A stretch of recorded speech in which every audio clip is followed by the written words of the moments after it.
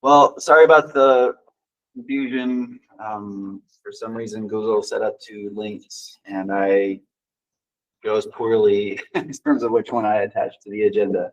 So, so it sounds like it looks like everybody's made it over to the correct link here, and I think we can get started. And Ben and Joe just stepped out, but I'm excited about the things we're going to be covering today.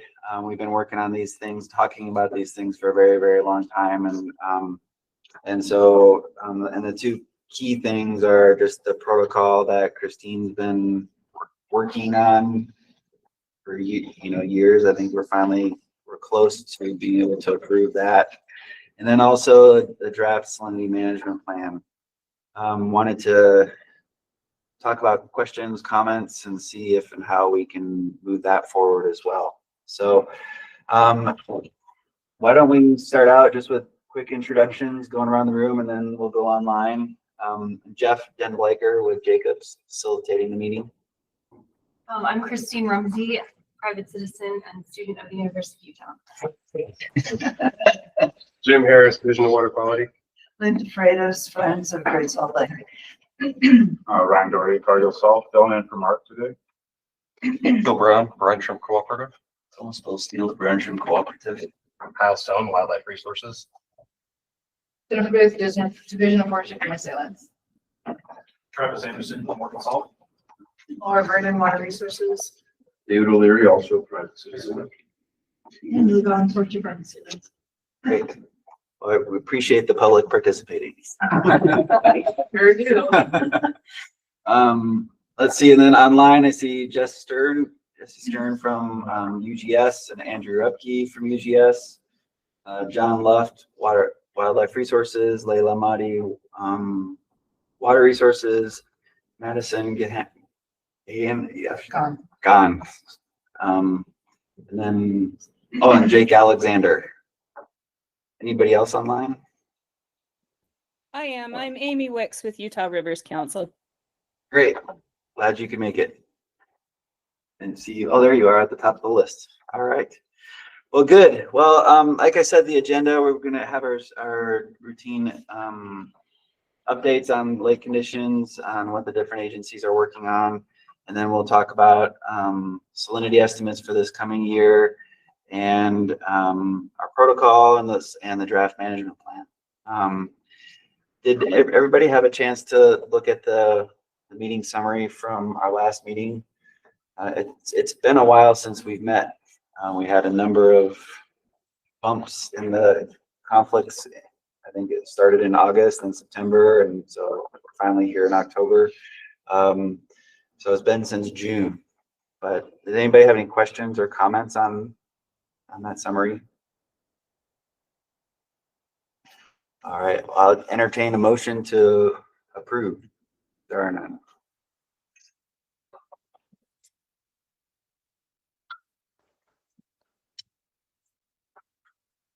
Anybody want to Make a motion. Ryan? All right, thank you, Ryan. In a second. All right, and Kyle. All right, all those in favor of approving the meeting summary? Any opposed? Hearing none, passed unanimously. Great. Well, let's dive in. Hopefully Ben and Joe can join us here. Christine, did you have an update for us? I do. Okay. Yep.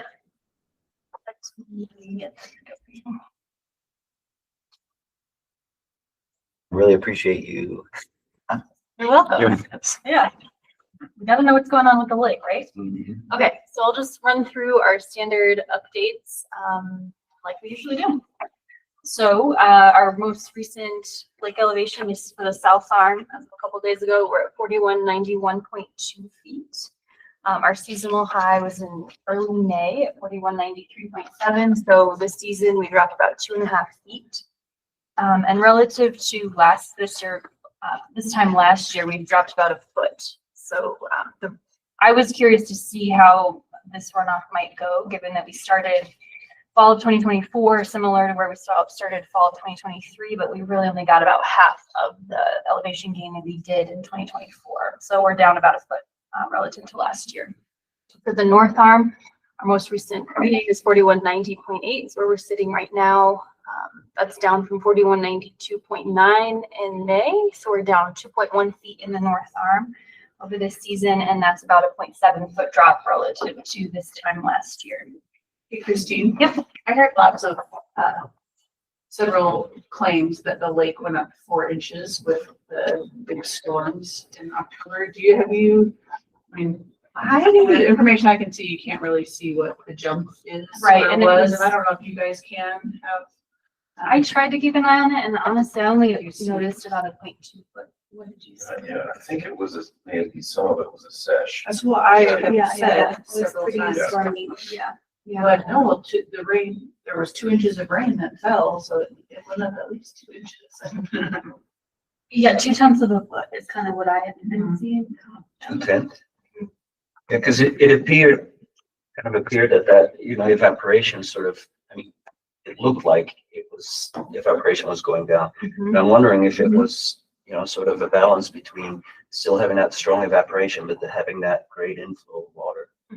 Could be. Yeah, I think our low in the South Arm was around 4191. It's the lowest I could see, and we're at 4191.2. So, right.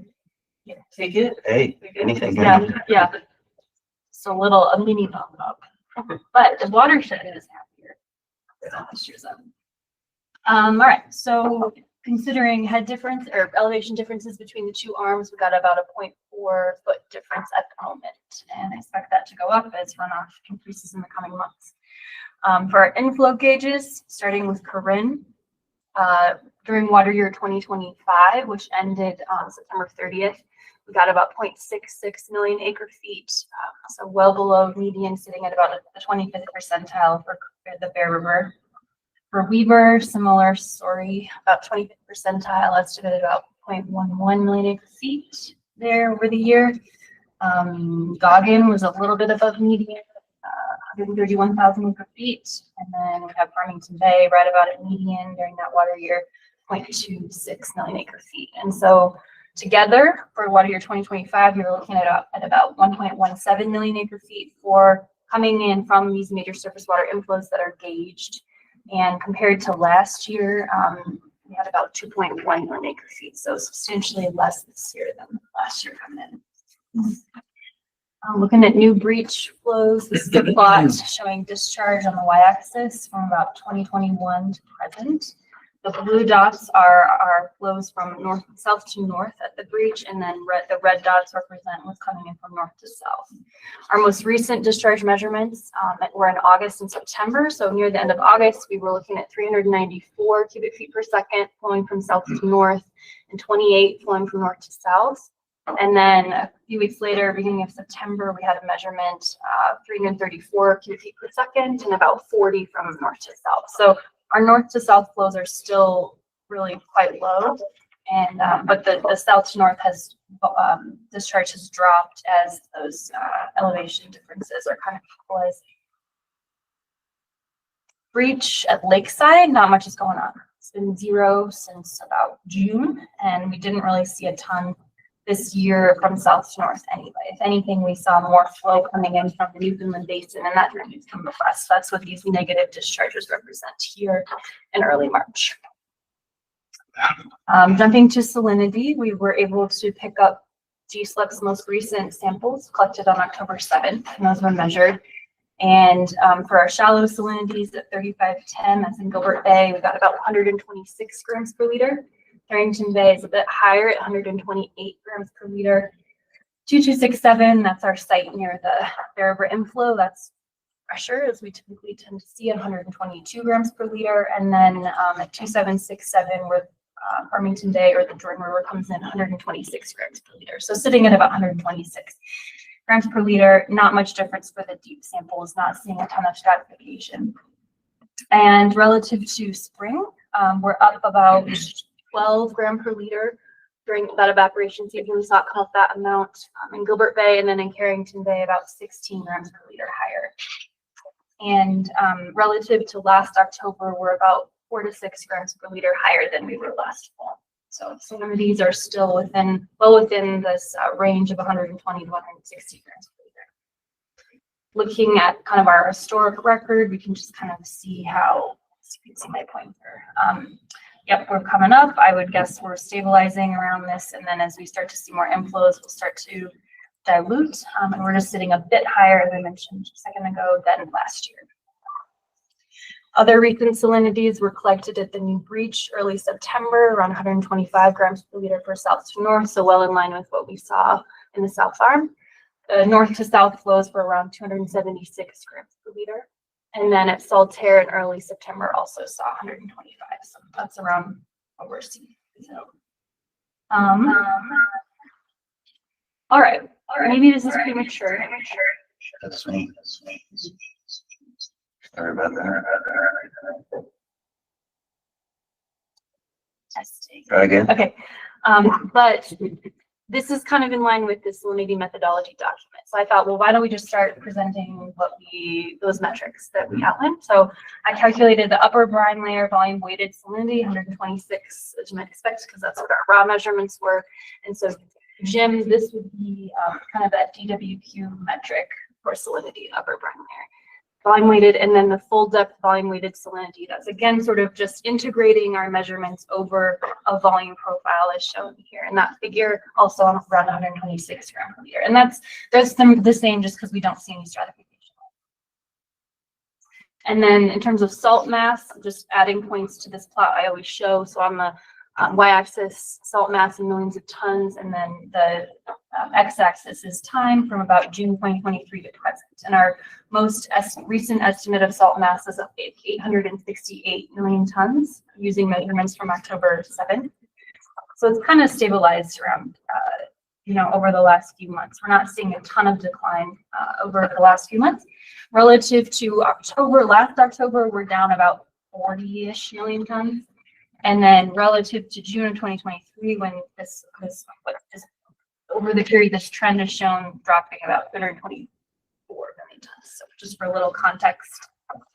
And then I think I'll stop there. That's kind of the end of the updates. Great. Estimated. Drew's asking, what's the estimated thickness of layer 3? So, Andrew, that will vary depending on the profile. So for each, when we calculate a volume weighted salinity using the full depth, we will get the profile from GSLUB and try to identify exactly where that interface is, and that will help us define the thickness of layer 3, which is kind of structure built in for if and when the deep brine layer ever returns. And we've actually also asked GSLUB to just tell us the exact depth at which that interface occurs so that we can be very precise. So for right now, though, are you seeing much of a layer 3? No, it's all pretty. Oh, sorry, wrong thing. It's well mixed, Andrew. So layer 2 and layer 3 are effectively the same. The concentrations are. Yeah. Cool. Thank you. Mm-hmm. Any other questions for Christine?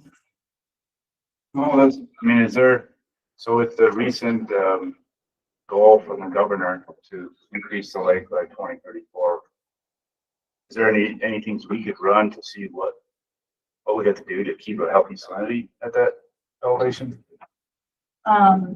Yes, that's a great. So let me bring this back up again. I think that how I've been thinking about this, and I know this plot is confusing for some, but basically what we can do with a plot like that's actually kind of outlined in this blue line here, those target elevations, is we can, and these lines, these curved lines represent the salt mass in the South Arm. And so we know that if we want to be in this range, which is the target elevation range for these salinities, then we're looking at needing masses of around 1.2 billion to roughly 2.2 billion tons of salt. So essentially, as we get more water in the lake, we will need to also get more salt mass coming down from the north. Yes. So that type of long range planning will be important. We're not getting too fresh. Does that answer your question? Yeah, that's just my concern as well. Yeah. How we do that. I think if you take that black dot for October 7, that's our current mass. Mhm. And then you slide up that curve, to 4198 or elevation of 4198 at that bottom end of the blue zone. You can see that our salinities, right around 80, 90 grams per liter Mhm. if we maintain the current salt mass. Mhm. So yeah, as we work our way up, we also need to work our way up in mass. Yep. Is there an estimated flow rate of Yeah, the most recent flow was around 40 cubic feet per second.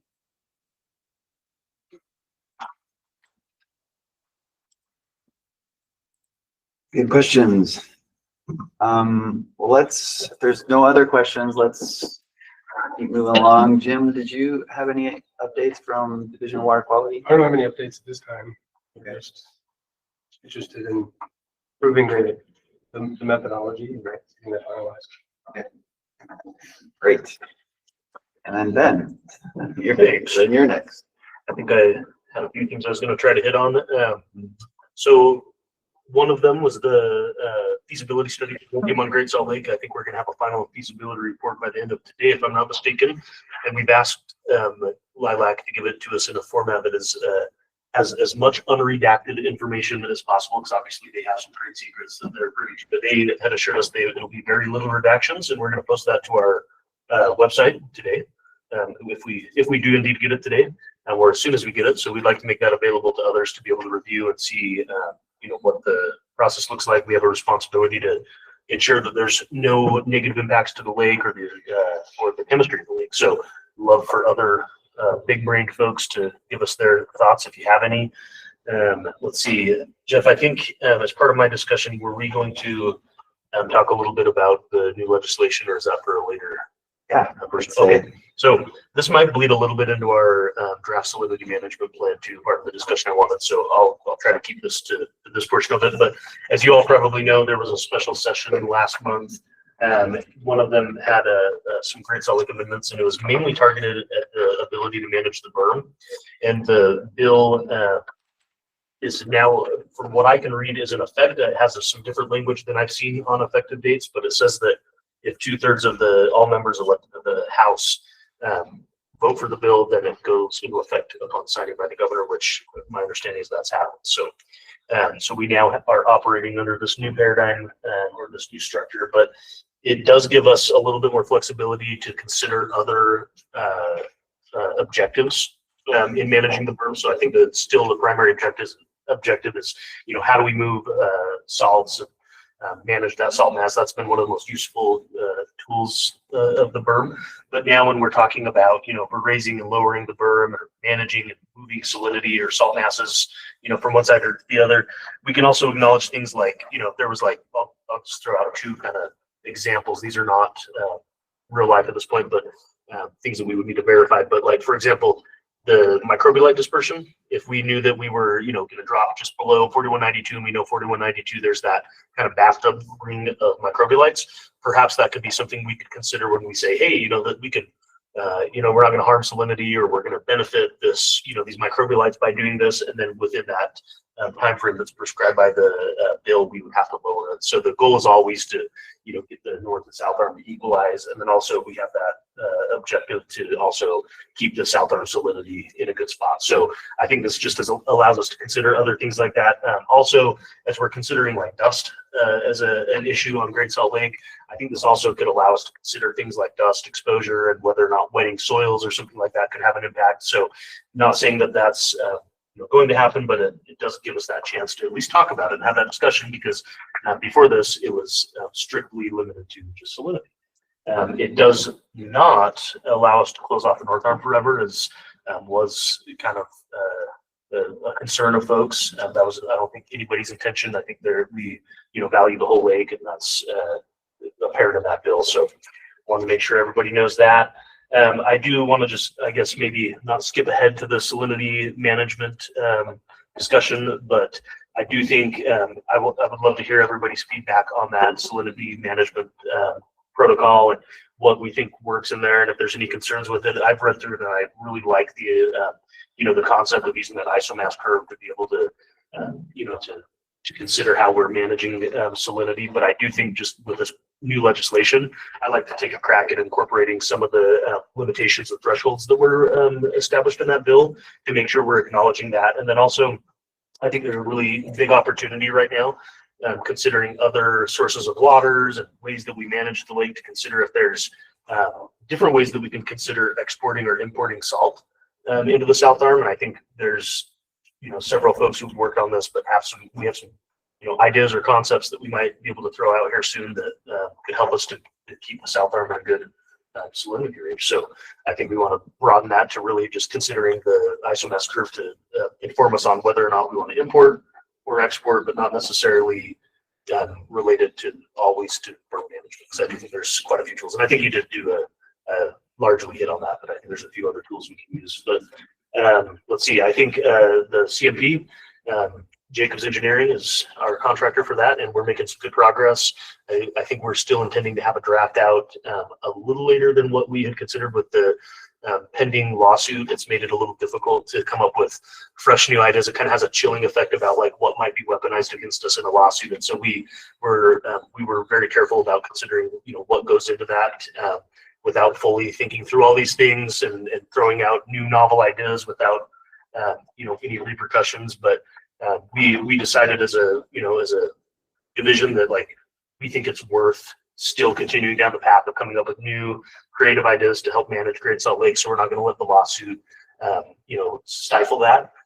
So we did have Jacobs slow down a little bit on some of the work they were doing as we kind of worked through the legal strategies on that. But we're ramping back up, and we do intend to have the draft out by early 2026, and then we'll work with stakeholders to put comments and make sure that we're in good shape, and hopefully have that adopted by spring, March-ish. Is that about right? I think what we're trying to do is we're trying to get input from stakeholders and make sure we've got a solid draft before it goes out to official full-blown public review. And so I think depending on how quickly that can happen, I guess the intent is to go to public review late spring. Perfect.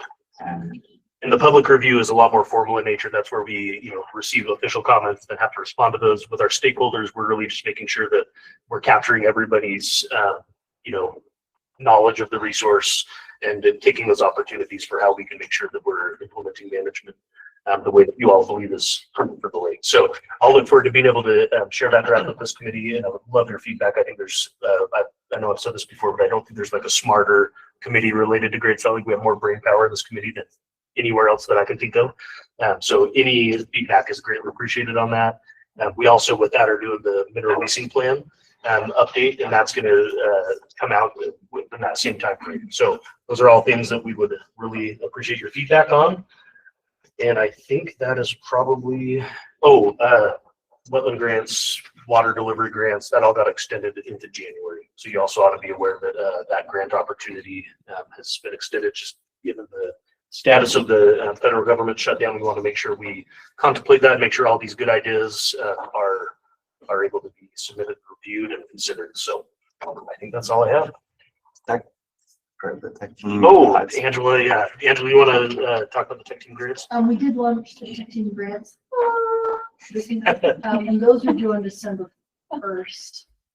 I think if the shutdown continues this week, Might consider extending might that. also consider extending to January so that folks can have time to apply. But we're really excited those are out.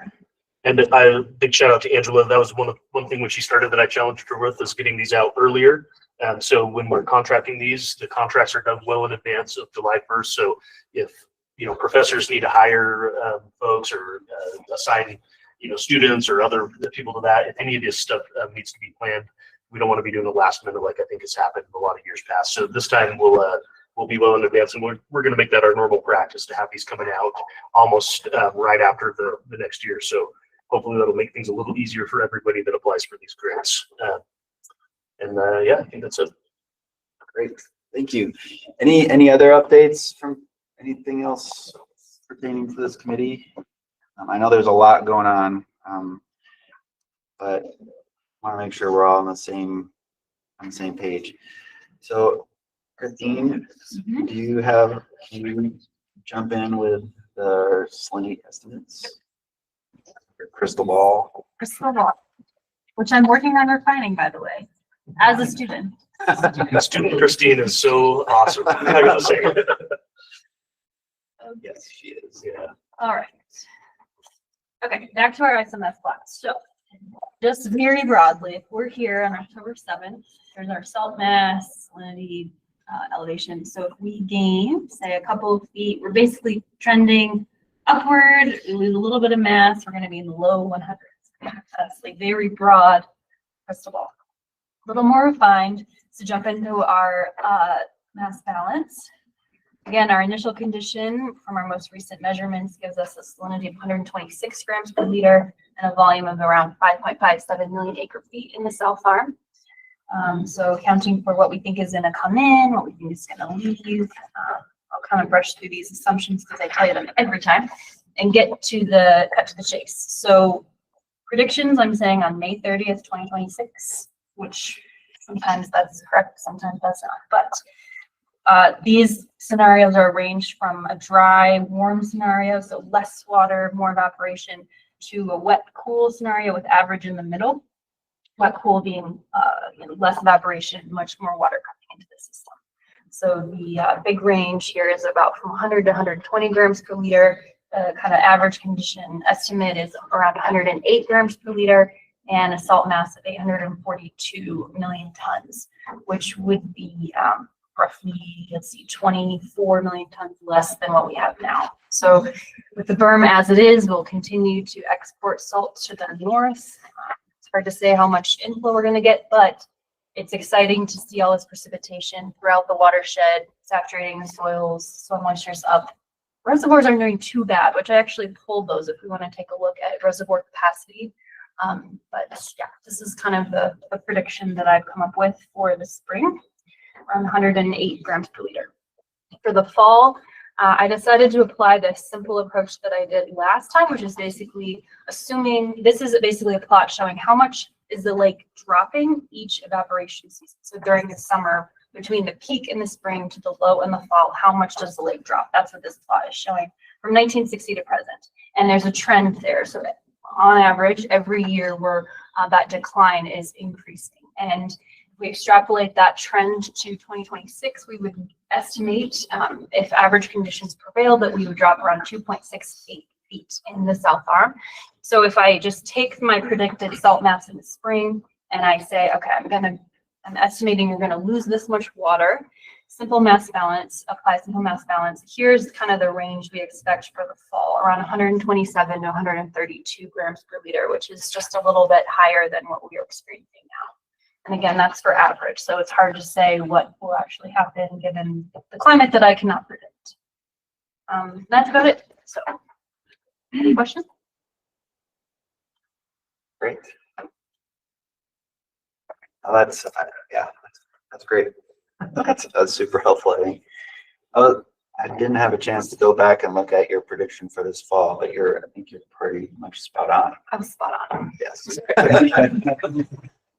But it was an average condition, so we got lucky. No, I You're think, amazing.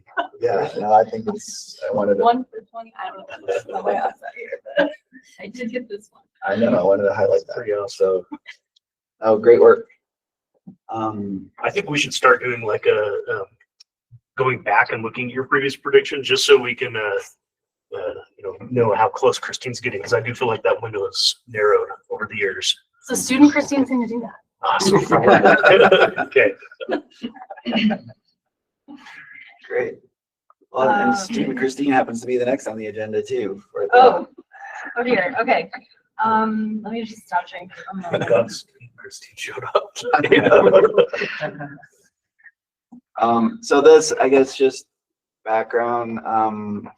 Back in June, well, actually last spring, Christine and Scott Heineck had developed this draft protocol, and Christine had presented that in June to our committee. There were a number of comments. We had a conference call in July, and then I think by the end of July, she had updated the draft to address comments and discussion. And that went out to everybody, but we haven't had a chance to meet since then. So asked her if she could give us a quick refresher. And so yeah, this is one that's a little more tricky. The student Christine didn't do that. Other Christine did that. But I think the big thing was that there was some confusion in the original document about a couple of the isomass plots that were shown. So I guess I was going to try to pull up an original version. Maybe I'll just go back to, I'm sorry, I'm not super prepared. So there was some confusion about this one, this plot. So this is kind of what I had been showing at these meetings, which is essentially taking raw measurements. What I mean is like there's just been no interpretation, and putting it on this interpreted graph space, which is elevation versus salinity with the mass kind of shown. However, the purpose of this isomass plot, I think, is really to look forward, and it's to account for all of the mass. So plotting the raw data on here doesn't quite do that. And so what we did in the methodology document is essentially remove that. This is the big thing we did. Remove that, and we replaced it with this this one, which is, where did you go? Volume weighted. So you can see the number of points goes way down because I'm moving from a raw, this is the raw, from raw measurements to now calculating. Essentially, every time I'm calculating a volume weighted concentration, which allows me to plot on this space. And so we thought that this would be a better framework to put in the methodology because this is accounting for all the mass. It's allowing us to look forward in time, accounting for all mass in the south arm. So that's kind of the big change that happened, and hopefully avoids confusion moving forward. But the status of the document, as Jeff said, is that yes, the changes have been reconciled. It's gone through 2 rounds of peer review at USGS, which is the USGS protocol, in order to get it published and publicly available. And so those have been done. Those changes are being reconciled currently by Scott. And then when USGS is up and running again, it will go through we have to have bureau kind of a bureau level approval, which kind of checks off on the public, like that it can be published, meaning publicly available. So we're very well poised for that once the government, they are very well poised to do that. Is that helpful? Is that kind of what you yes, yeah. And I guess the hope is, I guess our goal is we'd love for the Salinity Advisory Committee to approve the document for use. I guess first, we want to make sure we address any questions or comments you have. Maybe let's start there. Yeah. If you have any additional questions or comments, I think the one other thing that you had done is, I think you had clarified that these are protocol for basically 3 numbers. One is this upper brine layer salinity value. It's volume weighted for just the upper brine layer. Then there's also the full depth volume weighted salinity value. And then the third item, actually I should have started with it, is just the dissolved mass of salinity for the full depth of the south arm. And those 3 values are going to be a key part of the salinity management plan.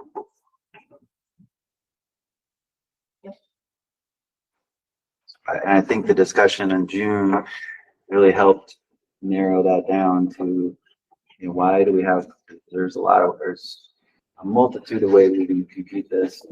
And the goal is to try to come up with a standard way so we're all using the same protocol, we're looking at the same numbers. Yep. So this is, a document that, as Jeff said, documents those 3 metrics and how we compute those. And one thing that I don't know if we want to talk about this now or later, but this upper brine layer volume weighted salinity estimate, which will be used specifically by DWQ, has also been pitched as what we want to show on the hydromapper.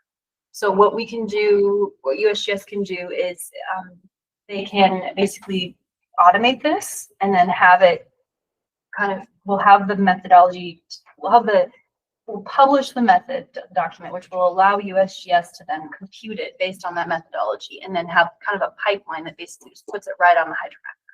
So a question for this group is, do we want to replace what is currently shown on the hydromapper, which is raw measurements of salinity at 3510 in Gilbert Bay and at Saltaire? So there's just two kind of raw measurements of salinity. We want to replace those with this upper brine layer volume weighted salinity estimate. Do we want to add it on? That's kind of, I feel personally that the hydromapper is for the community. And so I'm always hesitant for USGS to make those calls or for any small group of people to make those calls. So I just would ask folks if that is kind of what we want to be public facing, is that kind of computed value. Is that also what's consistent with your management plan? Are you also focused on upper brine? I guess we can talk about that, but what's in the management plan is proposing to use this upper brine layer value using this protocol as the value that people can look at for the salinity of Great Salt Lake. And so that would be something that DWQ would use for implementing a rule. It's something that wildlife resources can look at when they're looking at what's the potential impact on brine shrimp or brine flies, birds. Mineral industry can look at as here's kind of track, here's what we have in the upper brine layer, what they might be extracting. I think they're usually extracting from the upper brine layer. So that just tries to get us all on the same page as far as what the water that people as well as the environment is really interacting with is that upper brine. So here's what we show now, what USGS shows now. It's literally just raw measurements at 3510 and at Saltaire. What would that do to the historic portion of this as we look back and we talk about scenarios like 2022, we had 185 grams per liter in November. What does that look like if we started reporting this way? Would we go back and update all of that previous data to reflect the current methodology, or would we? We can. And one caveat is that we only started collecting a 3 meter deep sample in 2023, I believe. So prior to that time, this is just a little detail to track. Prior to that time, so from 2010 to 2023, though the upper brine layer salinity will only be computed using a 0.5 meter below surface measurement. But there will be 4 of that at our 4 sites. Starting in 2023, you add in that deeper layer.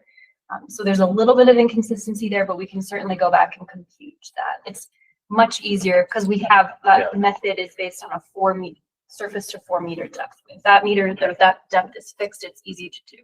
If we wanted to get into, we want to know it's in the deep brine layer full depth, that would be harder because our records of exactly where that interface is are not very precise back in time. But of the upper brine layer, I feel confident we could provide. Would it make sense? I mean, I don't want to confuse people. I think that's mainly what we want to avoid, right? It's like when people are used to a certain data set or they look at it that way and we talk about it in one way, going back and confusing anybody. Would there be a way that we could say, we're going to stop presenting data this way on this date, and we have almost like you guys have done with your legacy pages and have some kind of ability to link to this old one where you could go back and say, we've updated our methodology to reflect, more real time, not real time, but more reflective of the ecological needs of the lake or whatever it is, however we want to describe it, but still give people access to what this had. Because I do think that might be a little confusing just for this to disappear. I'm not sure. So we'd have to talk to our web developers about providing a way they could link to this somewhere else, because this is not really anywhere else we could just take them to. You'd have to kind of create that space. Or maybe is it possible to see this side by side with the data that you're doing so we know what kind of differences that might present? And then we can try to determine if that needs to be explained somehow somewhere in the body of this. Because I think, again, if we just switch it, people might be a little confused. Right. Also just display this as it is historically and then have a new graph that starts when the new method started. Just add another kind of time series here of a different color. Starting with we could, or yeah, they, USGS did that for a groundwater app where the methodologies changed at a certain time. And so we could look how that's displayed. I think it's not confusing and use that maybe as and maybe basis for this. maybe pinpoint it and be able to describe that in the body of this text to say, you know, if you're interested, this is why it looks different. I'm also thinking, I wonder, because when you hover over the most recent values, it kind of shows the value itself. Wondering if we could make that kind of banner just larger and say volume of upper brine layer volume weighted salinity is that. But you'd have to know to hover over it. So maybe. Well, that's what what if I you do. just put a tick mark on the graph where it came down to like a text box that you could hover over? So then it would be like a certain, you know, dashed line that would indicate there's something different about it, you know? Mhm. I don't know. But I guess the point is we can brainstorm how to make sure people can see that, but I think it would be worth trying to figure out if there's a way to let people know that this is kind of a different way of interpreting your data. Why don't, when they are open, Yeah. like just put in a couple, just make a couple of different prototypes. And then we That'd be can great. share it with the group and we can just decide what works. I think that sounds awesome. Great. I hope they open soon though, because I'm getting jonesing for some USGS. Andrew, your hand up. Yeah, I think I'd be definitely in favor of displaying the upper brine calculation on this graph. And I don't know about you, Christine, but I wonder about removing the Saltair boat harbor measurement, because our experience has been that it tends to be a little sketchy as far as representing the lake pretty well, because it seems to, particularly seasonally, and it seems to respond to precipitation events and that sort of thing. I don't know what your thoughts would be on that. I totally agree. The benefit of the Saltair is we've actually been going on every 2 weeks. So it's easier to get a updated some reading of salinity of the South Arm because it's so easy to access. That's kind of one benefit. And you're right, sometimes it's not representative, but a lot of times it's not bad. So yeah, you're right, Andrew, we could just replace Saltair with the upper brine layer volume weighted value. That is another alternative. But we would be not waiting on, but it would be a monthly time step from GSO is what it would be. Where Saltair is a little, just it kind of allows us to kind of fill in any changes a little bit more. Sure. Thank Yeah. you. That's a great idea. Yeah, that's fair. It is easy to get to. That's true. Yeah. And we when we couldn't access the South Arm in 2022, Saltair, well, I guess it was dry, but so never mind. I was gonna say we could go there, but actually no, we couldn't. Do you actually sample in the harbor itself? We tend to walk out to the canal. Yeah. We sample at the gauge. Yep. But, okay, got it.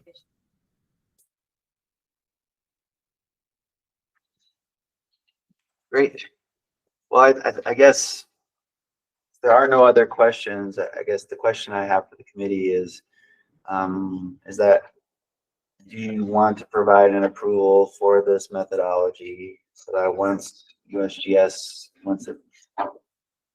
once they formally approve it or finalize the document, then it can be published and it's something that we can officially reference and start using, or should we wait until USGS finish the review?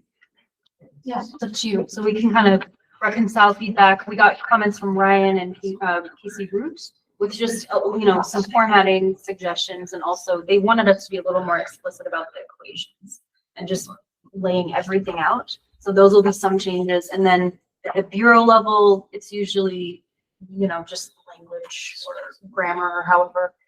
So we're happy to share that final copy, and then the group could review it again and give the final approval. It's up to you. I think it's a great idea. Okay, wait. We would until the- definitely like to review the final document. Okay, great. We'll do that. I guess I think the methods, I think, I guess the concepts are something that we can still incorporate into the stormwater management plan.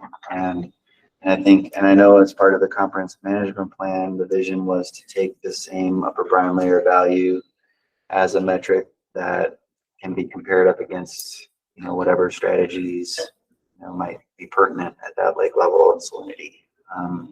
So there's many, I think there's going to be a lot of uses for this upper brine layer salinity value. But we hope to be able to, scrape that value off wherever it's reported and then be able to publish it there as well. And I think I have a feeling that student Christine has plenty of things to do. So I think if the vision is that that this is a calculation that can be done more of in an automated way, so that when those values, when GSLEP collects their samples, they're analyzed at the lab, they're reported on NWIS, that then the algorithm can take those values and come up with this number and report it. And what would be the best way to report it? Like, because I think we could create a new kind of parameter code so that, how we report salinity now, we may be able to create its own kind of code so that it's officially in USGS databases. Would that be, I guess I'm just thinking of what is the best way to make it accessible for you rather than having to go to the hydromapper and look it up there. But that's fine too. I don't know. Okay.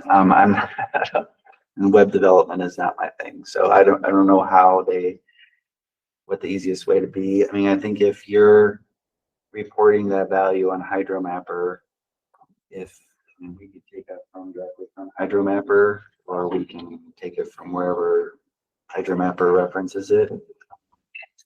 If it feels like it'd be a lot of work for you to create whole new codes and everything for NWIS for this value. All right. We can also play that by ear. We can adjust in the future as needed. Okay. We'll start with the hydromapper. Great.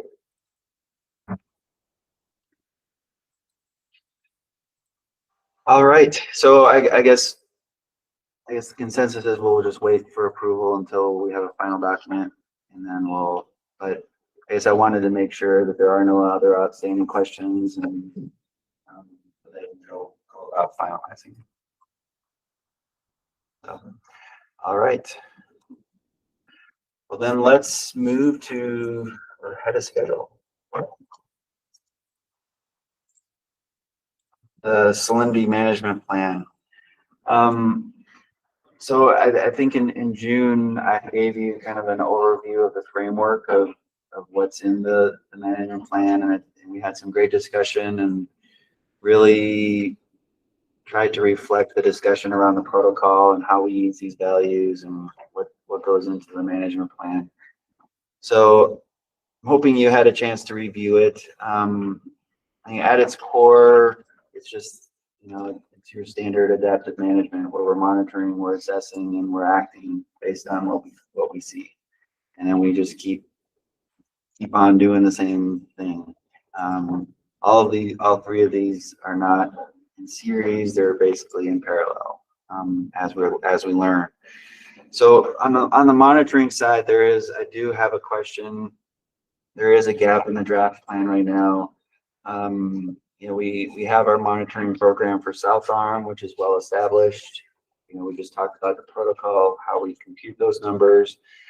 The North Arm UGS has been out, carrying the flag, collecting their samples out there. And then at the breach, the new breach, as well as the Lakeside breach, USGS has been doing a lot of work there. And I think what we want to try to do in this salinity management plan is make sure we provide what this committee's recommendations are for continued monitoring going into the future. And so I think, like I said, on the South Arm, I think it's pretty straightforward. GSLEP measures these sites every month and reports those values. USGS is sampling salinity at Saltair every 2 weeks instead of monthly. We have our water level gauges at Saline and Saltair. That information is all part of this. On the north arm, UGS has been sampling salinity since the 1960s, and Andrew and Elliot have been continuing that, especially up in the north arm. And the two sites that seem to keep coming up as good points of reference, long-term points of reference, are the site near the Spiral Jetty and then LBG4. Jeff, I think that's RD1 that's circled, isn't it? RD2, a little bit further out, a little further west. So I can explain that if you'd like. That's my question. Guess which one should we be? Go ahead, Andrew. So as far as sampling from the boat, we tend to sample from LBG4, which is the one in the southwest, and then RD2 when we get out on the boat, which is not very often these days. At Spiral Jetty, we have, for the last several years, been sampling, depends on the year, but recently pretty much monthly. And that seems to be pretty representative of the lake when we've compared that to sort of deeper samples. But that's kind of what we've been up to for the past few years. Okay. So if you go out in the boat, you try to do that twice a year, right? Well, not even that much, just because it's a pretty big deal to get up there. And we've actually recently incorporated too a sample along the causeway, sort of between the old culverts. And that seems to match with the Spiral Jetty sample depending on the season. You know, late summer when everything's well mixed and kind of settled down, it matches pretty well.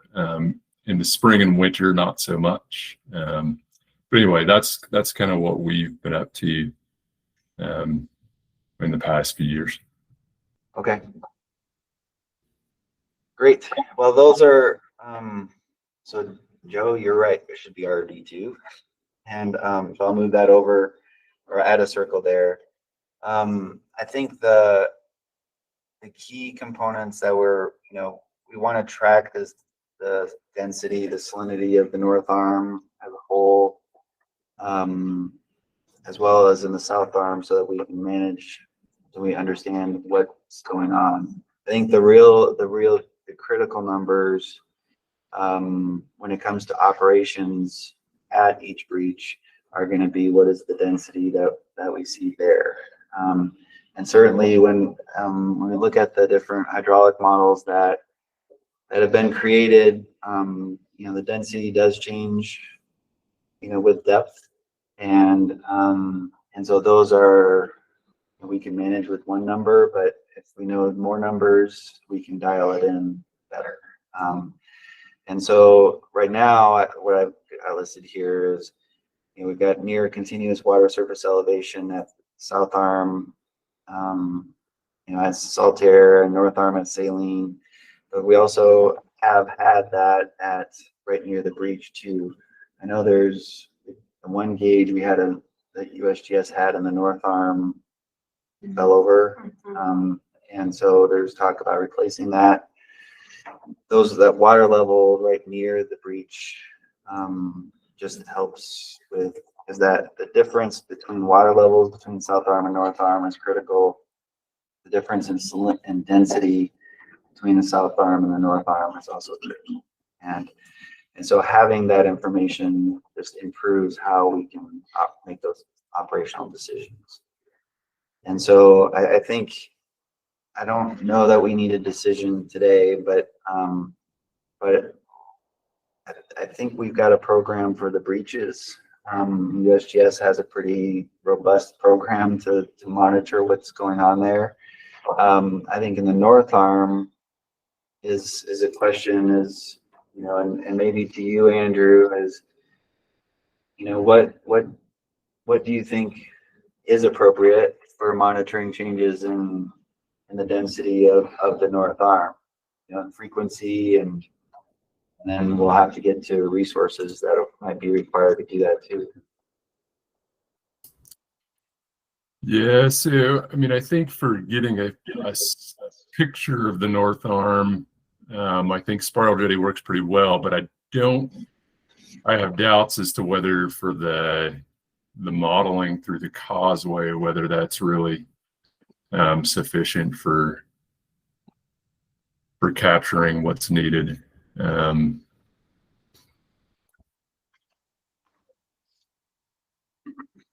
Because I don't know that anybody is sampling, right near the breach to see what's actually traveling through. I mean, maybe it's sufficient because Christine, I think you all are taking a sample of what's actually going through the breach, and maybe that's enough. But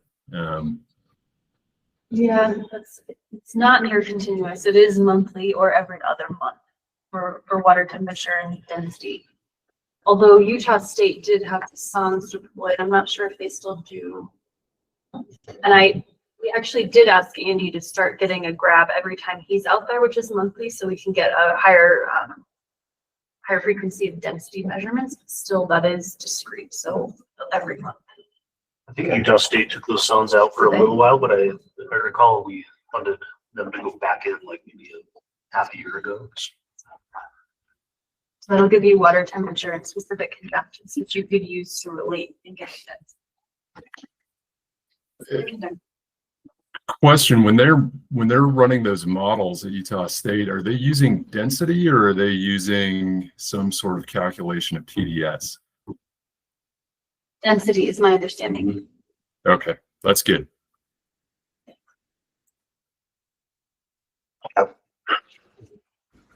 And I think when they were trying to run the models to develop, whether it was the artificial neural network that Tom has been working on, the goal is to be able to kind of pre-game or game it so that we can predict what changes should we make, and so that the historical changes of density, in comparison to what's going on the South Arm become important, so we can understand what has happened, as just one way of trying to predict what might happen in the future. And so how does that inform the decisions that need to be made? And so I think with the North Arm data there, at least the modeling that I saw, what you have is great. But I think if you are sampling it, the spiral jetty every month, just those seasonal changes are going to be important. So I think Jim and Maywen was telling me that in the winters when he sees the North Arm, those storms come out of the north, that's when we see the North Arm pushing down into the South Arm. And so understanding those kinds of patterns, I think is going to be important. We have to take advantage of everything we can to get more salt in the South Arm if that's what we do. So, so any recommendations or? I have a couple, not necessarily just strictly to the monitoring, but overall, because of the dynamic of like changing, we've seen in berm legislation almost every year and what we can and can't do. And I think that there's going to be more to salinity management than just the berm as we look at other resolutions for the lake. I think that I like the way you went through the history of what we've done with the berm to be able to manipulate salinity. But I think being a little more broad on whether we want to import or export salt. And I know you identified a couple other ways that we might be able to do that, but not totally hinging on the berm. Like there was one place where it seemed like, as we're talking about this isomass curve, we're not only talking about low lake level paradigms. Like we might be doing this at 4198 when the berm is no longer an option. Like we're restricted by law from where we can, put that. So I'd like to just make sure that when we're talking about it, that it's more related to what the goal would be. Are we exporting salt? Are we importing salt? Do we want to have the communicate naturally? And that's just keeping us in a good spot. And I think we largely did that, but I think we're still leaning into the berm, maybe even in instances where we might not be able to. So I just want to make sure that's reflected. And I'd be happy to provide specific edits if you'd like. If there's specific, but Okay. that's a good comment. Okay. So I agree. I mean, the berm was the tool that we had at hand, and who knows what we might have next year or 5 or 10 years. And I also, the other part of that too is that I'd like it to be timeless. Like our intention with this salinity management plan is that, we'd like to be able to reference or somehow incorporate by reference into our CMP, how we're modifying or manipulating salinity or managing salinity. And if we put references in there, that then laws change, and our hands will be a little bit tied. But if we are just simply stating the goal of, exporting or importing, that will give us a little more flexibility to figure out which tool we have available to us. And then also, I think like this committee still has a lot of relevance in the fact that it's like, well, we still need to get together to decide, how much we raise the berm, how much we lower it, or maybe there's another, maybe we're looking at the West Crack Bridge or other solutions. So, okay. So I think to translate that to the monitoring is we can have a similar goal. We just say, here's what we're doing as of 2025. The goal is we want to have a representative density of the north arm, a representative density of the south arm that can be used in modeling as well as operational decision. So I think that's great. Okay. Great. So then I think that's collecting the data and coming up with the numbers. But then when we start to assess, we want to assess the fluctuations and changes, the trends to inform the decisions, and communicating that's important. And so this is where those 3 values that Christine was talking about come in, and specifically in red. So some of the key questions that we've wrestled with over the years is and how is the water level and salinity of Great Salt Lake changing? And we're collecting that data. That's what we were just talking about. And that data is publicly available for people to look at. The primary metric for assessing the salinity of the South Arm has been, or the question that we've been asking is the salinity of the upper brine layer within the desired thresholds. And so this is the number that we were talking about earlier. So we have that upper brine layer volume weighted salinity that we can use, and then we can look at the salinity matrix that we have to see whether it's where we want to be within that desired thresholds. And then that's the value. I guess we're trying to walk a fine line of, all of this information is public, but we also don't want to throw out all these numbers and then people just tune out. So the key number that we want people to be monitoring really is that salinity in the upper brine layer. Our salinity committee, though, will certainly be looking at the next 2 numbers, which is, and answering the question is an intervention needed to adjust the salinity of the South Arm? And then those 2 values are really that full depth volume weighted salinity and the full depth volume weighted salt mass. And this is where we can take that full depth volume weighted salinity. I know Bill Johnson brought up that, the South Arm does fully mix. And so if there is a deep brine layer that can mix up into the upper brine layer, and the salinity can go up. And so that's what this number helps us understand is we know what we're observing in the upper brine layer. We look at the full salinity of the whole depth of the lake, and we assume that it's all fully mixed. We can see, well, here's how high it could be if we had a big storm. And then so we can compare that against the matrix, and then the salt mass is what we can compare against the iso mass plot. And then if it's not where we want to be, if we think we need to make a change, then we can talk about what should we do. And so then the plan does talk about those. The matrix And Thomas, this might be where where you can share what you wanted to say. But we have on the matrix, we have these thresholds of 120 to 160 is what we talked about is where the ideal salinity of the south arm. We also talked about a range of 90 to 130 in the spring. And so you want to jump in there? I'll share and see if I can.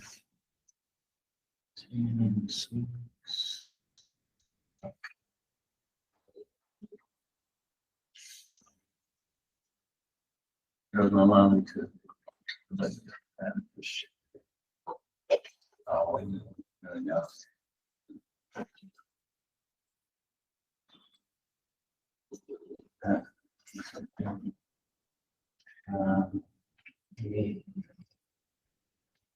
And I guess just brief background is just talking with some of the biologists at GSLEP just a week or two ago.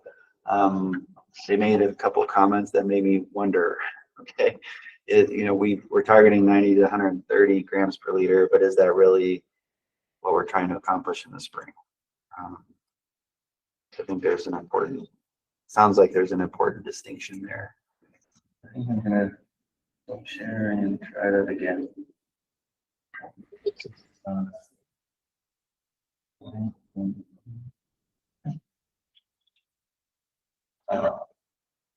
It's not.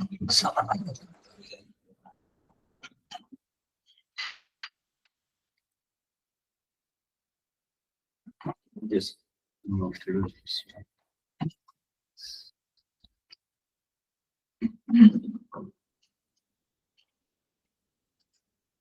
Up on the screen. Yeah, I just can't get it into presentation format somehow. I'll just go through it. Yeah, as to your question, should we take into account the freshwater lenses, with regard to the hatching of the population? I think that's why I wanted to give some information on, some of the work that we've done in the past, to kind of point out how complex that is. I don't know that we can make it a condition because I don't know how we would manage it. But a consideration, yes, for sure, we should make it a consideration. But I don't think, and I'll preface by saying I'm not sure we can rely on it. So if I maybe just preface that as I guess the question that I asked GSLEP and Thomas and Phil was, if we had 90 grams per liter of salinity in the spring, but we didn't have a freshwater lens, is that 90 grams per liter accomplishing what we want? Because what I heard from them was that freshwater lens is actually what is needed. Okay, so I'll try and go through this really quickly. I think kind of what I wanted to show is that the density of the cysts and the buoyancy of these cysts is really complex. That the cyst buoyancy, that there's a clear temporal effect, that there's intra-population variability as well as interpopulation from year to year. And I just wanted to point out that hatchability of the cyst versus salinity to kind of show that yes, the lower salinity certainly helps with hatchability and should be a consideration, taking into account also the studies that were done by Gary Belovsky and with some final thoughts. So on the complexity, it is really difficult to measure the density of the cysts. We know that dry cysts have a lower density and hydrated cysts have a higher density, and that hydration level is partially affected by the medium that they're in through the osmotic pressure. So that we know. We also know that it's really difficult to measure that density, and Clay did some work on that in the 80s, looking at sedimentation rate to try and look at that density, and then looking at, replacing the water that is stuck around the cyst with solvent and get to a density. But it's a very difficult process.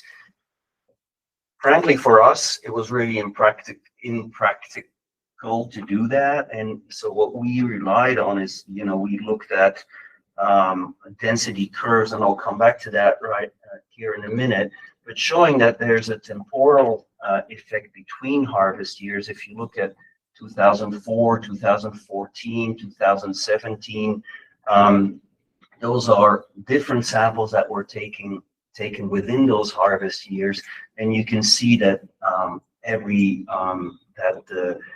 let's say the buoyancy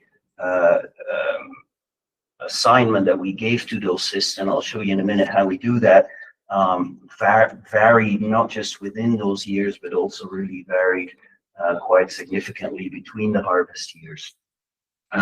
We also find that depending on where we sample the cysts, in the epilinium, the chemocline, or the DBL, we find differences. You see these different colors actually show samples of cysts that were either in the epilinium, chemocline, at the chemocline, or in the DBL.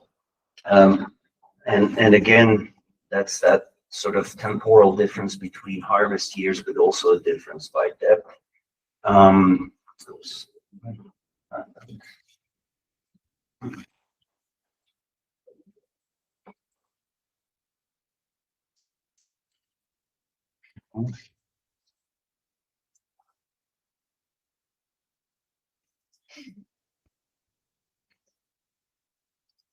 Yeah. Coming up.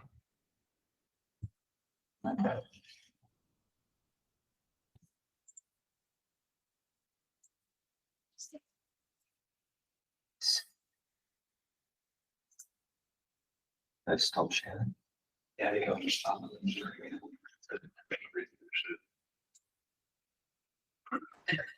share it again.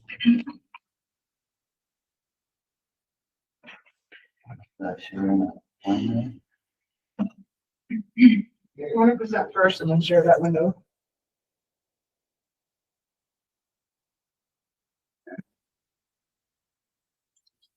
No.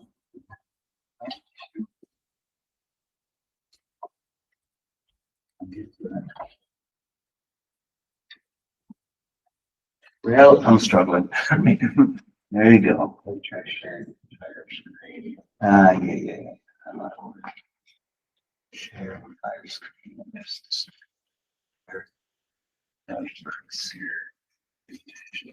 see if that works. There we go. All right. Showing that within a harvest year. So these are the curves that we develop, and these curves that we develop, if we take one sample, we sample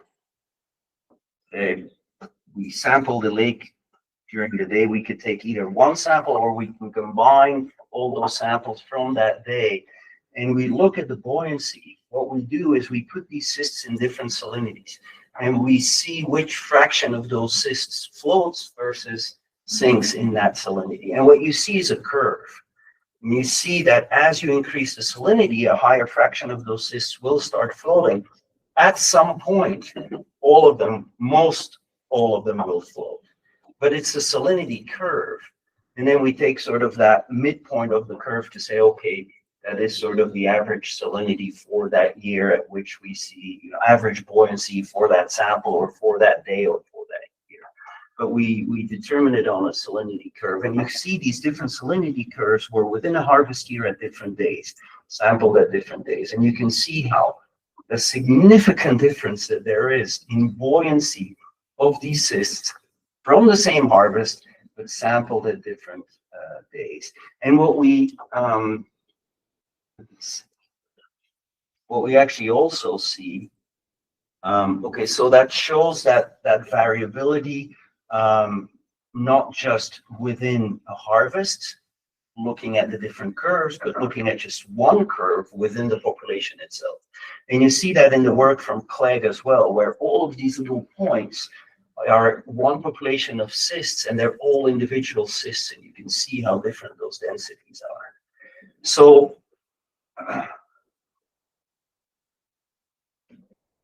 quick, moving to the hatchability versus salinity. This is a little experiment that we did where we hatched a certain sample of cysts at different salinities. And you can see that even at 100 ppt, they still hatch. And keep in mind, this is hatching at 72 hours. Typically, under ideal conditions, GSL cysts will hatch 90 to 100% at 24 hours. So at 72 hours, you would typically get most of the cysts that are hatched, that can hatching. At 100 ppt, you get about 40% of those cysts hatching. At 130, you get below 10% of the cysts that are hatching. But they're still hatching, right? Some of them are still hatching. So I just kind of wanted to show that how that salinity is important. And that's where I think, Jeff, what you said is the freshwater lens a consideration? It should be, because typically those freshwater lenses are less than 100 ppb. They're somewhere between, you know, sometimes they're 80, sometimes they're 60. It kind of depends. But there's a lot of variability there as well. And then I just wanted to sort of remind everybody of the survival of the population, those population level effects of salinity. You can see as you increase the salinity, the mortality. This was, you know, Artemia that we put in microcosms, and we looked at how many survived over time. I think this was a 2-week, or it might have been a 1-week, you know, survival. But I think what I want to emphasize too is Gary has done a lot of work on this in microcosms, and even at 150 ppt, he sees a significant population level effect. So I just kind of wanted to, you know, reiterate that. So to me, in conclusion, oops, and I don't know why this is, certainly cyst buoyancy is complex. There's temporal variability between harvest years, within harvest years, even within a day. And I didn't really talk about that, but anybody that goes out on the lake, DWR sees that all the time. Our fishermen see it. Cysts come up and cysts go away. And it can be, we don't know exactly why it is, but it is complex. And actually, we've seen even with some chemicals that we can reverse the buoyancy of the cyst. We can either increase it or decrease it. So there are a lot of factors that play a role that can be both external and internal. Another thing that we've seen is that metabolism changes the buoyancy of the cyst. As these quiescent cysts metabolize, they tend to become a little more buoyant. So we've seen that as well. Too much to all show on here, but I think what I wanted to say is there's no guarantee here that a certain percentage of the population will be exposed to freshwater lens. That to us is really clear. We know that salinity has a very strong effect on hatchability and on survival. And we know that the freshwater lens benefits hatchability for sure because the salinity is lower. We see better hatching at lower salinity. So it should certainly be a consideration, but there's many unanswered questions regarding to that. As to how efficient is it really reliable? You have a big water year and you get, you know, huge freshwater lenses. You have a very dry year and you barely see freshwater lens. So, you know, how reliable is it? And we don't really know how much of a role it plays, but it does play a role. But I think what I would like to say and what I would like to sort of summarize is that we've been studying this for 3 decades, and all of the information with regard to the harvest management, the amount of cyst per liter that we need to leave in the lake, they're all based on mostly hitting those thresholds of salinity that we find to be acceptable, and they take into account freshwater lenses already. So I think that we need to just kind of rely on that history in saying, you know, that 100 to 150, 120 to 150 ideally, is a good salinity range where we see the population react relatively well to that threshold optimal escape and stock of 21 cysts per liter. And so I guess the summary is it's really complex, but the history has shown that we can rely on that salinity range and takes into account these freshwater lenses. That's kind of what I would say. Okay, great. Well, that keeps things easier. So I've sort of been building in that 90 to 130 gram per liter for this spring. Do you think that we can beat that? Because we had talked about that as like a spring target, right? Do we still need that, or is that something we can just stick to the 120 to 160? No, I think for a spring target, I think it's a good target. Okay, Yeah. okay. Yeah, sure.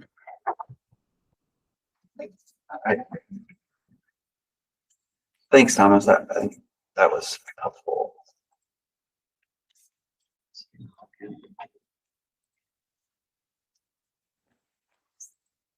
Pop my screen back up.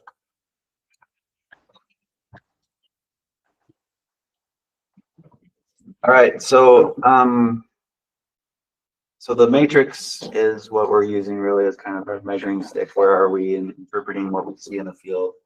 But then we use the isomass plot that Christine was talking about to look at where we've been and where we might go. You know, I think Ryan's question is a perfect example of, okay, we have a mass of 873 million tons today. You know, what happens if the lake goes up, or what happens if it goes down? And so we can look at this curve, these curves, and see, you know, how that might play out. So that's one important tool that I think has really informed how we're managing salinity today. So this curve is basically exactly all Christine's data. It's just plotted a little bit differently. And the question was, well, how do we know when we should do something? And so, you know, it helps to answer the question, our lake level, you know, one, I guess a key question is, are the lake levels stable? Are they declining, or are they rising?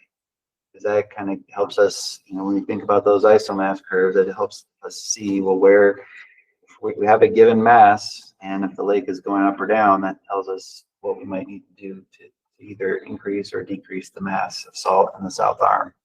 And then answer that question of, is intervention required?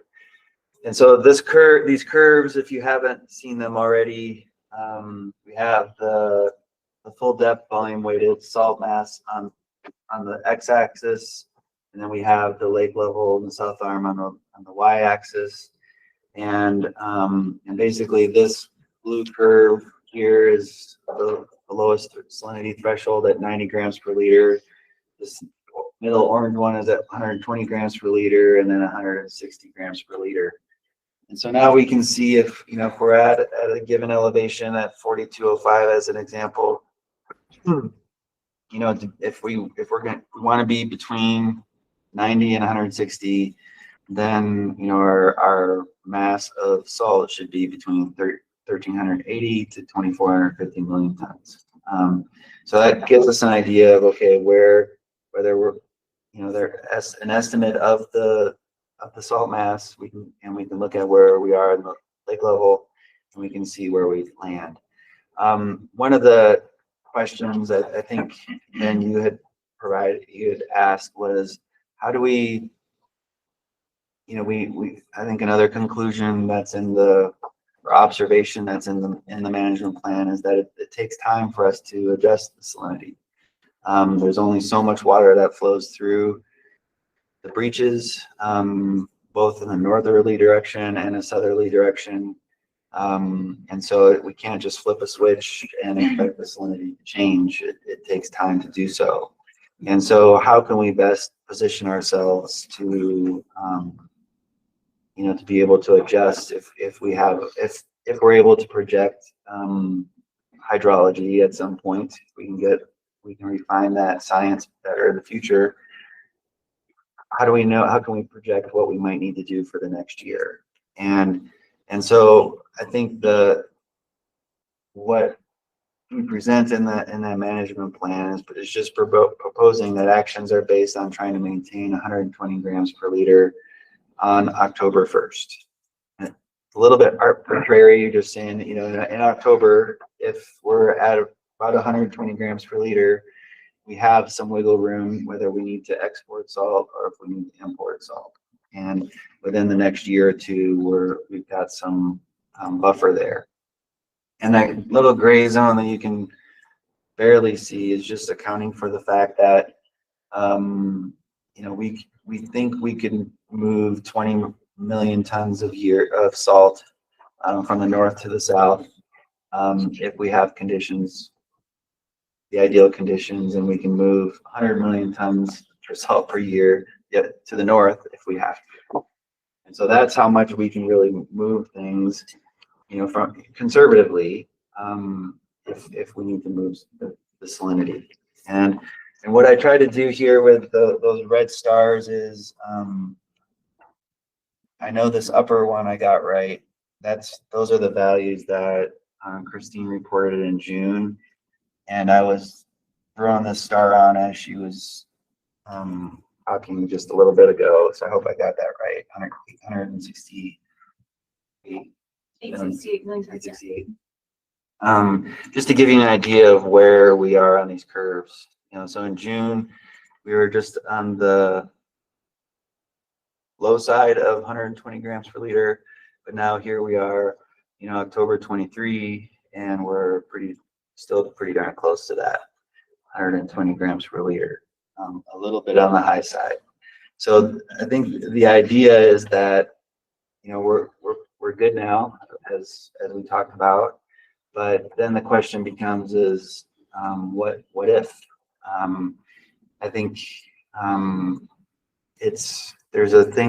one thing I've been learning in natural resource management is that we tend to fall into stability bias, that what we see, what we've experienced is just the way it's always going to be. And certainly as going through the history of salinity management in Great Salt Lake, you can see, wow, the lake has been all over the place. And the lake, people have thought that the lake is gonna, flood, and people were panicking, at least 3 times, where like, what are we gonna do? And then the lake receded, and the same thing on the low side is the lake's been really low before, and people were wondering what to do, or actually at some points they were like, let's develop the lake bed, and then the lake came back up. So I think that's just an illustration of, we can try to be really smart, but we have to acknowledge that the lake is dynamic. And so I think as we look at our management tools, we have to account for if the lake does rise up, which is the goal, we want the lake to come back up. But what happens if the lake declines as well? Or what if the lake does kind of plateau or stabilize? Because I think in the last 20 years, it's been low. I'm certain, but we've seen some points where it's gone up, but generally we've been in the low 4190s, for quite some time. And so that's, that makes management easier for salinity. But I think this, and then the next slide just starts to get into then what you were mentioning is, if the lake level is going up, and we have a certain salt mass in the south arm, then that salt mass is going to be diluted, and we can expect the salinity to drop. If the lake is declining, that salt mass is concentrated, and so our salinity is going to go up, and that's what this curve is. The lake goes up, the salinity is going to drop. If the lake is going down, the salinity is going to increase, and so I think we can use that as a way to just to provide some goals in terms of how we look at salinity management in Great Salt Lake. The easy one is if the lake is stable, then we generally want to keep, the salt mass the way it is. If we're good like we are now, we don't really want to see the salt mass change much in the south arm. And so there, ideally, we would have a net zero salt flux, or, what goes to the north is matched by what's coming to the south. That would maintain our salt mass in the south arm. If the lake is declining, so if the lake level were to continue to drop, now what we want to do is we want to try to reduce that salt input from the north arm, which is exactly what we've done with the berm. We want to increase the salt export to the north arm, so the berm did that as well. We blocked everything from coming from the north, and we left everything going to the north wide open. And then we also, in 2023, we were able to dilute the dissolved salt mass just by raising the berm artificially raising the water level for that season, and we were able to keep the salinity from rising any further. So those are just general strategies. You know, if the lake is declining, and then if the lake is increasing, which is the goal, is that then we might need more salt, because the salt mass is going to stay constant and it's going to be diluted, and so we need more salt to maintain that salinity. And so how can we do that? Well, we can import salt from the North Arm. We don't want to export salt to the North Arm, so we want to look at how can we stop that, and then or import salt from other sources. And so we've talked about a number of ideas, and I think, Ben, this is where I think you're right. We want to try to make this as timeless as possible. Is, you know, the berm might be ancient technology in 5 years, but I think we want to illustrate that there are a number of options that people can consider, and some of those have just been, you know, with gates, a gate structure, you know, diverting the runoff from the West Desert directly to the South Arm through the Lakeside Breach, pumping North Arm water to the south, you know, flushing sequestered salts from evaporation basins as a source of salt. I know there were proposals in the past where they faced the similar concerns, where they're like, well, let's divert the Bear River flow into the North Arm so we can push salt back. And so there's lots. I'm not advocating for that, by the way. There's just been a lot of people have, you know, wrestled with these issues in the past, and I think with what the discussions that this committee have, you know, have really kind of revolved around these three paradigms. Yes, Thomas. On your second one, decreasing salt export to the north, I'm also wondering if the lake level is high enough, if we shouldn't at least consider having an equilibrium between export and import. If the lake was going up? If the lake level is high enough. Well, you're saying if we decreasing salt export to the North Arm can also be, because I'm trying to see how can you decrease that salt export rather than decreasing the salt export. Maybe you balance it by importing more from the North Arm, and then you have that balance between export and import. Right? At least if you can keep, you know, a lake level high enough to do that.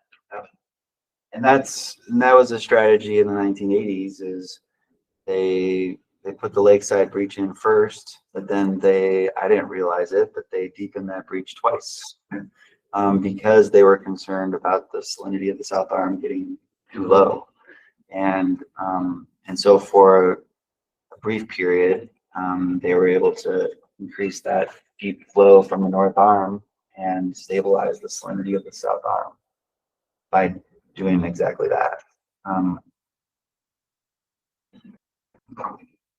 So I think, I guess what was encouraging was that, you know, people have wrestled with this for a long time and have tried different things, and you know, some with success and sometimes without, but you know, we're not the first ones to wrestle with this, and I think by looking at what's been done in the past, we can learn from that. And I think what these strategies, you know, looking at these three different paradigms really captures what we've done in the past or tried in the past. So, and can provide some guidance as we go into the future. So did anybody have any, let's see. I think we also tried to identify just some key challenges. You know, it's difficult to forecast future lake water levels.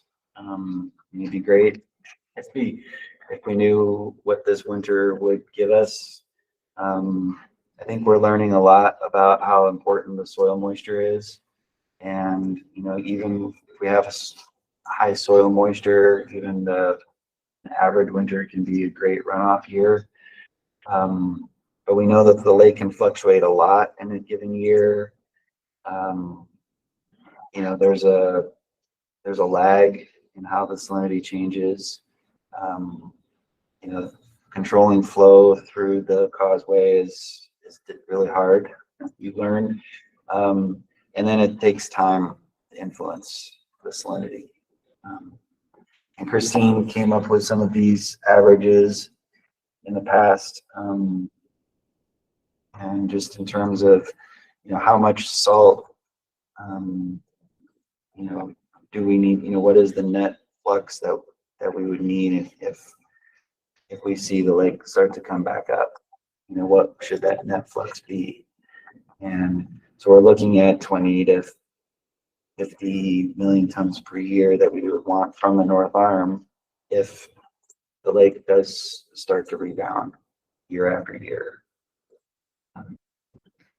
So any other question or comments? I guess I'm a little, not surprised, but it seems October 1st seems a little early, considering the lag that you recognize between lake levels and sort of change of season. It's only 2 weeks, but I guess, you know, some of the research we did, some of the agreements and whatnot that we developed, I guess I would say October 15th might be the low point. Okay. Now that makes a lot of sense. I mean, You know, evaporation season more or less ends September 15th, give it a month lag. right. So it's That's an easy change. I think that's the key, is what, from an operations standpoint, what makes the most sense, rather than throwing in a whole new date in.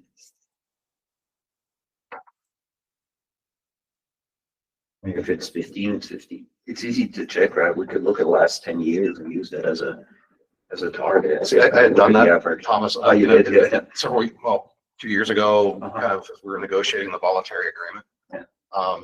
You know, and it's at a high level, of course, there's outliers, right? But June 15th and October 15th seem to be kind of the benchmark dates for high and low, depending on, you know, how you're looking at it. Just thing on sampling timing. I mean, we monthly samples, and we try to target those around the first of the month. And so you're going to get more of a, you know, September 25th to October 5th type of a certain, you know, sampling window.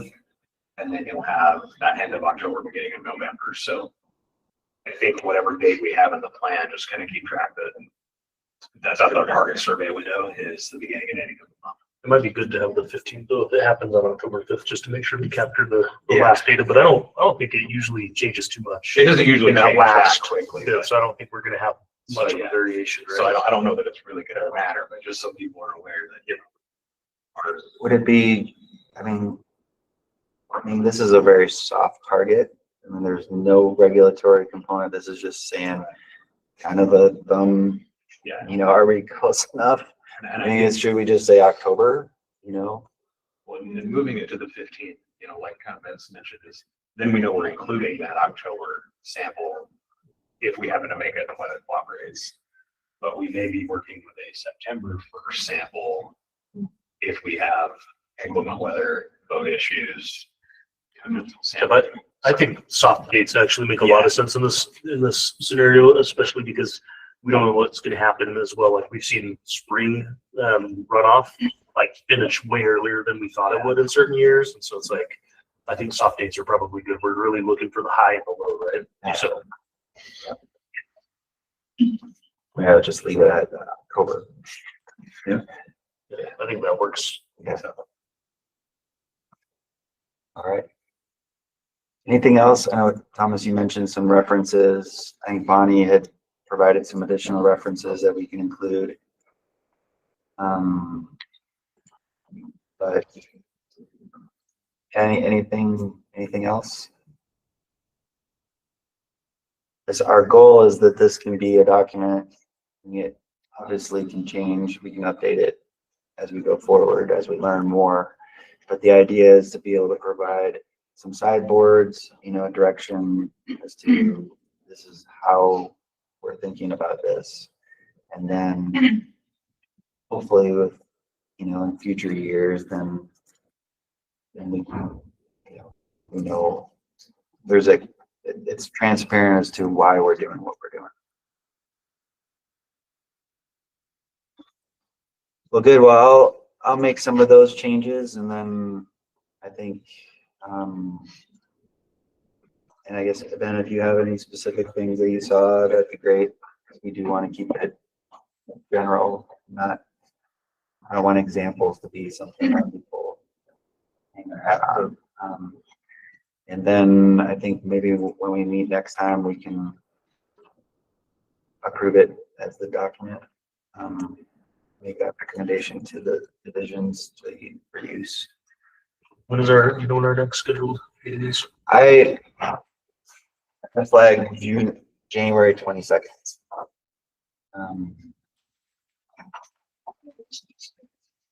Usually we're on the third Thursday of the month. But January 22nd is the session. It's usually in play. I don't think we need to change that at all, but I might just flag that, you know, based on, you know, what we start seeing with the runoff, it might be worth discussing at some point whether or not we might even want to consider, like, you know, modifying that berm, raising or lowering it based on what happens. But I think, you know, if we were to predict a really heavy winter, we might want to consider how we start bringing some salt back. So that's maybe just something to flag, that if we, if things progress and we keep getting the storms like we're getting, then we might want to get together sooner than early January to start talking about that. Yeah, great point. Yeah, we have March. And yeah, we're gonna have a pretty strong sense of where we are from March to just the wide gap between January and June. Yeah. I think, you know, our aspiration has been only 4 times a year. And I think just with how things have changed is we meet quite a bit more frequently than that. So thank you to all for being responding and participating. But, you know, I think, you know, January, June captures, at that point, we've got a pretty good idea of what how runoff is actually shaping up. And then in August, usually we've got an idea of how not only has the runoff finished, but then also how fast are we declining. And then October, we can kind of review where we've been and what should we be doing about the next winter. So those are kind of the key quarterly goalposts, I think, where we can benchmarks where we can evaluate where we are. But I think, yes, we've often met in March. Because at that point we have a pretty good idea of where the snowpack sits. And if we're trending high, which is kind of where we've been in the past, then that's when we had those discussions. What do we do?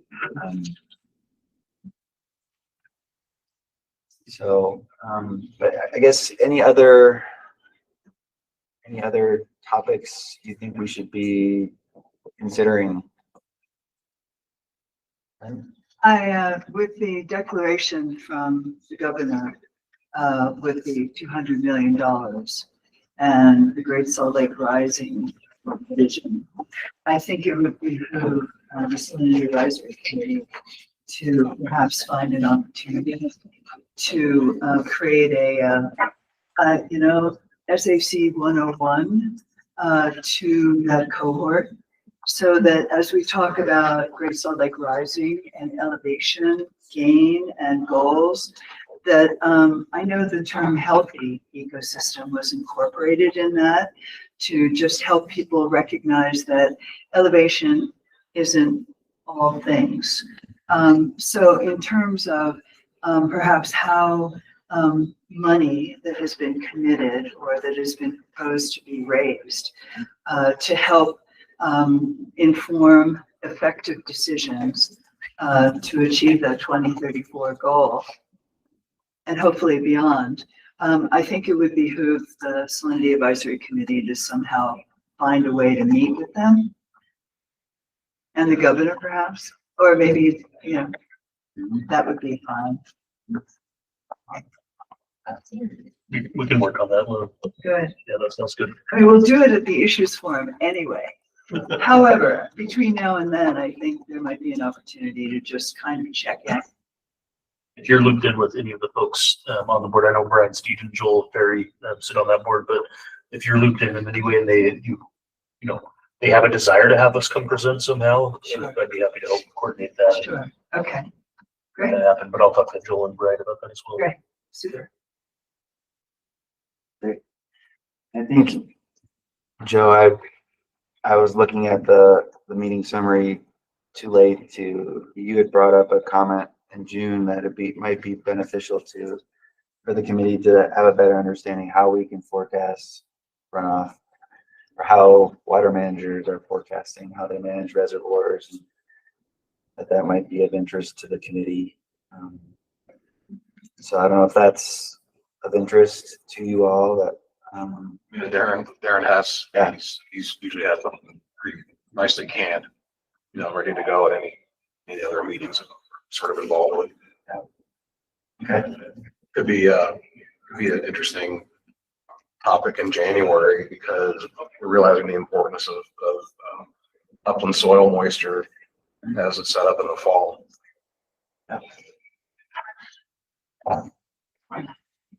I'll keep that in mind for our agenda in January.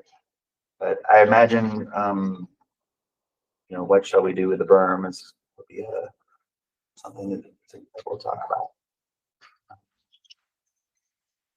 Well, there's not anything else. I guess take a motion to adjourn. And it looks like it's unanimous. So thank you, everybody.